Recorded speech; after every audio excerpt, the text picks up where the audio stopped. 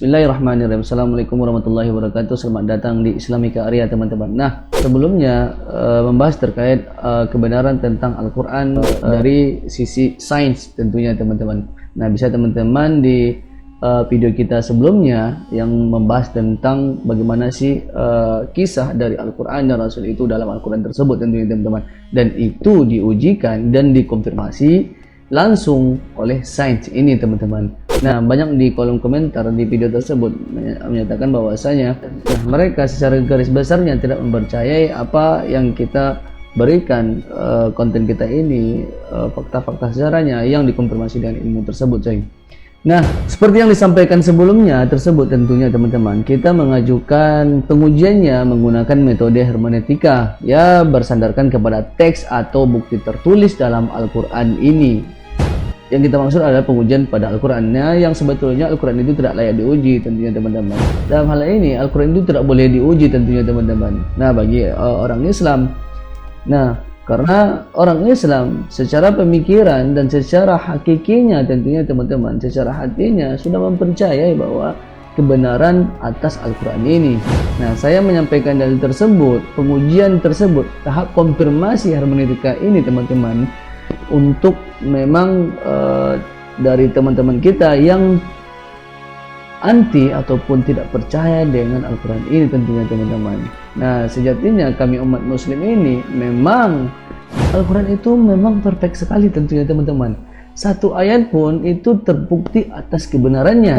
Dan juga bisa teman-teman cek antara perbandingan agama, pakar-pakar perbandingan agama, yang sejatinya memang Al-Quran dari zaman Rasulullah tersebut tidak ada berubah sedikit pun berbeda dengan kitab-kitab lainnya yang penuh dengan revisi dan revisi lagi. Nah, penambahan dalam kitab mereka tersebut. Nah, kita kembali ke konteksnya teman-teman. Nama nabi-nabi pada zaman pra Nabi Ibrahim ini ataupun nabi sebelum Ibrahim ini, kisahnya cukup banyak tercantum dalam Al-Quran tersebut tentunya teman-teman. Ini membuktikan lagi, mengkonfirmasikan lagi bahwasanya Al-Quran itu benar-benar dari Allah Ta'ala. Nah, kami akan menyampaikan pengumpulan data menggunakan metode hermeneutika ini tentunya teman-teman. Dan ini kami tekankan kembali, dilanjutkan dengan pengolahan dan penafsiran data tersebut. Data atau objek yang dimaksud adalah teks atau kata dan kalimat di dalam Al-Quran tersebut tentunya teman-teman. Nah, sementara itu penafsiran juga mempertimbangkan sumber-sumber lain seperti yang kita sebutkan sebelumnya. Nah, pada konten kita kali ini teman-teman, kami akan menafsirkan kronologi keberadaan Nabi di muka bumi ini. Yang pertama itu kita akan membahas Nabi Adam tentunya teman-teman. Nah, penyebutan nama Nabi Adam terdapat dalam banyak ayat Al-Quran, antara lain Al-Baqarah, Ali Imran, Al-A'raf, Al-Isra, Al-Kahfi, Maryam, Toha, dan surat Syad. Jumlah ayat yang berhasil dikumpulkan dan mencantumkan nama serta kisah Nabi Adam cukup banyak tentunya teman-teman. Ini membuat rekonstruksi kebudayaan terkait Nabi Adam ini dapat dilakukan dengan cukup baik, meski beberapa pertanyaan masih belum dapat dijawab dengan tuntas. Bisa teman-teman cek dalam Al-Quran ini, ya tentunya secara logika, kalau orang yang cerdas tersebut harus kalau orang-orang yang benar ingin ilmu tersebut, mencari kebenaran tentang apa yang kebenaran secara hakiki, mereka akan follow langsung tentunya teman-teman. Ya, follow tersebut dengan membaca teori dan membuktikannya di lapangan. Teori ini dikonfirmasi oleh kenyataan tersebut. Nah, pada penciptaan Adam ini teman-teman, dalam surat Ali Imran saja menyatakan bahwasanya sesungguhnya perumpamaan penciptaan Isa bagi Allah seperti penciptaan Adam. Dia menciptakan dari tanah, kemudian dia berkata kepadanya, jadilah, maka jadilah sesuatu itu. Kebenaran itu dari Tuhanmu, karena itu janganlah engkau Muhammad termasuk orang-orang yang ragu. Ini surah Ali Imran ayat 59-60 teman-teman. Allah menciptakan Adam dari tanah. Setelah sempurna penciptaan fisiknya, ditiupkan ruh ilahi kepadanya. Dan inilah yang membedakan dari makhluk-makhluk lain tentunya teman-teman. Ia berbeda dari iblis yang diciptakan dari api, juga dari malaikat yang diciptakan dari cahaya. Penggunaan kata kun ini teman-teman tidak menunjukkan bahwa Adam diciptakan Allah dalam sekejap atau tanpa proses.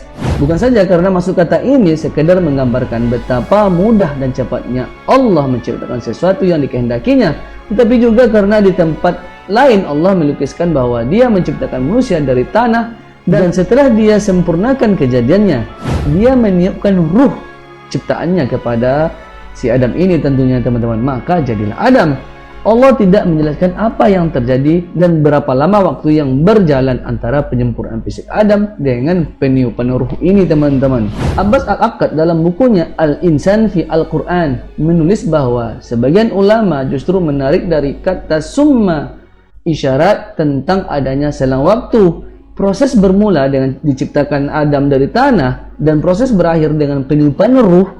Apa yang terjadi antara proses pertama dan proses akhir tidak dijelaskan oleh Al-Quran tentunya teman-teman. Seakan membiarkan hal tersebut menjadi bahasan para ilmuwan. Nah, kita lanjutkan ke bab selanjutnya tentunya teman-teman, ya, tentang terkait pengetahuan, kehendak dan kapasitas Nabi Adam ini. Berdasarkan ayat-ayat dalam Al-Quran ini teman-teman, diketahui bahwa Adam adalah manusia yang dapat belajar dan mampu berujar dalam surat Al-Baqarah ayat 31-37 yang bunyinya seperti ini teman-teman. Dan Dia ajarkan kepada Adam nama-nama benda, semuanya benda. Kemudian Dia perlihatkan kepada para malaikat seraya berfirman, sebutkan kepadaku nama semua benda ini jika kamu yang benar. Mereka menjawab, Maha suci Engkau, tidak ada yang kami ketahui selain apa yang Engkau ajarkan kepada kami. Sungguh Engkaulah yang maha mengetahui dan maha bijaksana. Dialah Allah yang berfirman, wahai Adam, beritahukanlah kepada mereka nama-nama itu. Setelah Dia, Adam, menyebutkan nama-namanya, Dia berfirman, bukankah telah aku katakan kepadamu bahwa aku mengetahui rahasia langit dan bumi, dan aku mengetahui apa yang kamu nyatakan dan apa yang kamu sembunyikan. Dan ingatlah ketika kami berfirman kepada para malaikat, sujudlah kamu kepada Adam. Maka mereka pun sujud kecuali iblis waktu itu teman-teman. Ia menolak dan menyembuhkan diri dan ia termasuk golongan yang kafir dan kami berfirman, wahai Adam, tinggallah engkau dan istrimu di dalam surga dan makanlah dengan nikmat berbagai makanan yang ada di sana sesukamu. Tetapi janganlah kamu dekati pohon ini, nanti kamu termasuk orang-orang yang zalim. Nah, lalu setan memperdayakan keduanya dari surga sehingga keduanya dikeluarkan dari surga tersebut. Dan kami berfirman, Allah berfirman, turunlah kamu, sebagian kamu menjadi musuh bagi yang lain, dan bagi kamu ada tempat tinggal dan kesenangan di bumi sampai waktu yang ditentukan. Kemudian Adam menerima beberapa kalimat dari Tuhannya, lalu dia pun menerima taubatnya. Sungguh Allah maha penerima taubat lagi maha penyayang. Ini surat Al-Baqarah ayat 31-37 teman-teman.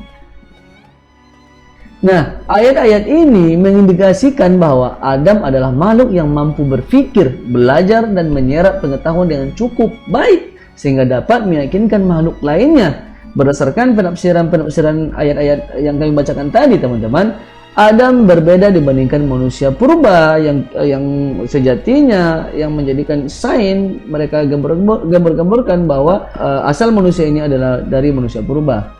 Nah, kapasitas otak manusia purba yang pernah ditemukan, katanya pernah ditemukan, yang mengindikasikan bahwa manusia purba belum mempunyai cukup kemampuan untuk menyerap pengetahuan, penyimpanannya, dan mampu menyampaikannya kembali. Selain itu, sampai saat ini tidak ada satu penelitian pun yang menyatakan manusia purba dapat bertutur. Manusia purba mungkin dapat mengeluarkan suara, tetapi kemampuannya masih jauh dari memadai untuk menyusun kata-kata, merangkai kalimat, dan menghasilkan intonasi yang mampu meyakinkan makhluk lainnya tentunya teman-teman. Nah, kita lanjutkan Bray. Nabi Adam mendapat perintah dari Allah untuk menjauhi pohon terlarang. Nah, ingatkan teman-teman, dalam firman Allah yang kita bacakan tadi, Nabi Adam mendapat perintah dari Allah untuk menjauhi pohon terlarang. Namun karena berhasil digelincirkan oleh iblis, maka akhirnya ia melanggar perintah tersebut. Nah, hal ini dituangkan dalam surat Toha ayat 115. Dan sungguh telah kami pesankan kepada Adam dahulu, tetapi dia lupa dan kami tidak dapati kemauan yang kuat padanya. Ini surat Toha ayat 115. Jika kita tinjau lebih dalam lagi teman-teman, penggunaan kata kemauan menghasilkan penafsiran bahwa Nabi Adam adalah manusia yang mempunyai kemauan dan ketidakmauan. Hal ini juga menunjukkan adanya kehendak dari Nabi Adam yang sekaligus menunjukkan bahwa ia dapat memilih, mampu berpikir, dan punya kesadaran untuk berkehendak. Kemampuan itulah yang jelas menunjukkan bahwa Nabi Adam selain mempunyai bentuk fisik yang telah sempurna, ia juga telah mempunyai kapasitas daya serap yang memadai dan kehendak hati untuk menentukan pilihan dalam menjalankan hidupnya, teman-teman. Kemampuan-kemampuan itulah yang membuat Nabi Adam mempunyai kapasitas untuk menjadi makhluk yang unggul dibandingkan yang lainnya dan dapat menjalankan perannya di muka bumi ini sebagai khalifah di muka bumi, teman-teman. Nah, dan ingatlah ketika Tuhanmu berfirman kepada para malaikat, "Aku hendak menjadikan khalifah di bumi." Mereka berkata, "Apakah engkau hendak menjadikan orang yang merusak dan menumpahkan darah di sana, sedangkan kami bertasbih memujimu dan mensucikan namamu?" Dan Allah berfirman, teman-teman, "Sungguh aku mengetahui apa yang tidak kamu ketahui." Ini surah Al-Baqarah ayat 30. Pembahasan yang kita bahas ini, teman-teman, ialah mengenai bentuk fisik dan kemampuan personal Nabi Adam. Adapun kapan dan di mana Nabi Adam berada di dunia masih menyisakan sejumlah pertanyaan. Adapun kapan dan di mana Nabi Adam berada di dunia masih menyisakan sejumlah pertanyaan. Jika mengacu kepada pendapat Gordon Childe mengenai kemungkinan hadirnya Homo sapien, yaitu yang mereka katakan adalah manusia modern di muka bumi, maka kemungkinan kronologinya yang tertua ialah pada masa Pleistosen akhir atau sekitar 25.000 tahun yang lalu. Pada masa itu tingkat kebudayaan manusia masih sangat sederhana. Ya, bisa dikatakan bahasa ilmiahnya adalah Paleolitik. Namun demikian, jika mengacu pada ayat-ayat Al-Quran seperti disebutkan sebelumnya yang menyatakan tingkat kemampuan Adam yang relatif tinggi, maka kemungkinan pertanggalannya lebih mudah dari angka tahun tersebut tentunya, teman-teman. Selain itu, perlu pula disampaikan hasil kajian atas anak Nabi Adam. Kajian ini akan menambahkan pengetahuan tentang kapan dan di mana Nabi Adam atau keturunannya tinggal di muka bumi ini. Kisah anak Nabi Adam termuat dalam Al-Quran pada surat Al-Ma'idah ayat 27-31, teman-teman. Nah, dari ayat 27 ini, teman-teman, dapat kita indikasi yang artinya, "Dan ceritakanlah Muhammad yang sebenarnya kepada mereka tentang kisah kedua putra Adam ketika keduanya mempersembahkan kurban. Maka kurban salah seorang dari mereka berdua, Habil, diterima dan dari yang lain Qabil tidak diterima. Dia Qabil berkata, 'Sungguh aku pasti membunuhmu.' Dia Habil berkata, 'Sesungguhnya Allah hanya menerima amal dari orang yang bertakwa.'" Ini surah Al-Maidah ayat 27, teman-teman. Penggunaan kata kurban mengindikasikan bahwa manusia pada saat itu telah sampai pada tahap mampu mengembangbiakkan hewan atau mampu membudidayakan tumbuhan, atau dengan kata lain, manusia telah mampu melakukan domestikasi hewan maupun tumbuhan, tanaman tentunya, teman-teman. Manusia tidak lagi berada pada tahap berburu dan mengumpulkan makanan sebagaimana pada masa Paleolitik tersebut, serta hidup berpindah-pindah mengikuti hewan buruannya. Manusia telah beranjak ke tahap berikutnya, yakni tahap bercocok tanam dan memelihara hewan. Tahap ini di dalam sejarah kebudayaan disebut dengan masa Neolitik yang diperkirakan terjadi pada sekitar 10.000 tahun yang lalu. Adapun lokasi yang geografis Nabi Adam dan anaknya belum dapat dipastikan, namun kiranya dapat dipersempit kemungkinannya, teman-teman. Nah, bisa dicontohkan bahwasanya di kawasan yang cukup subur atau kualitas tanah yang cukup baik sebagai media sebagai media bercocok tanam, yaitu bisa dikatakan dengan iklim tropis dan subtropis. Dengan kata lain, kawasan kutub atau kawasan dengan iklim yang ekstrim tampaknya sangat kecil kemungkinannya sebagai tempat tinggalnya Nabi Adam beserta keturunannya, teman-teman. Nah, itulah pembahasan kita, teman-teman, ya, terkait dengan kronologi penciptaan Nabi Adam, pengetahuan, dan kaitannya dengan sejarah kebudayaan manusia yang bisa mengkonter bahwasanya manusia itu tidak berasal dari manusia purba ataupun dari monyet yang digembar-gemborkan dengan teori evolusinya. Saya Harli Perdila, kami undur diri. Wabillahi taufiq wal hidayah. Assalamualaikum warahmatullahi wabarakatuh.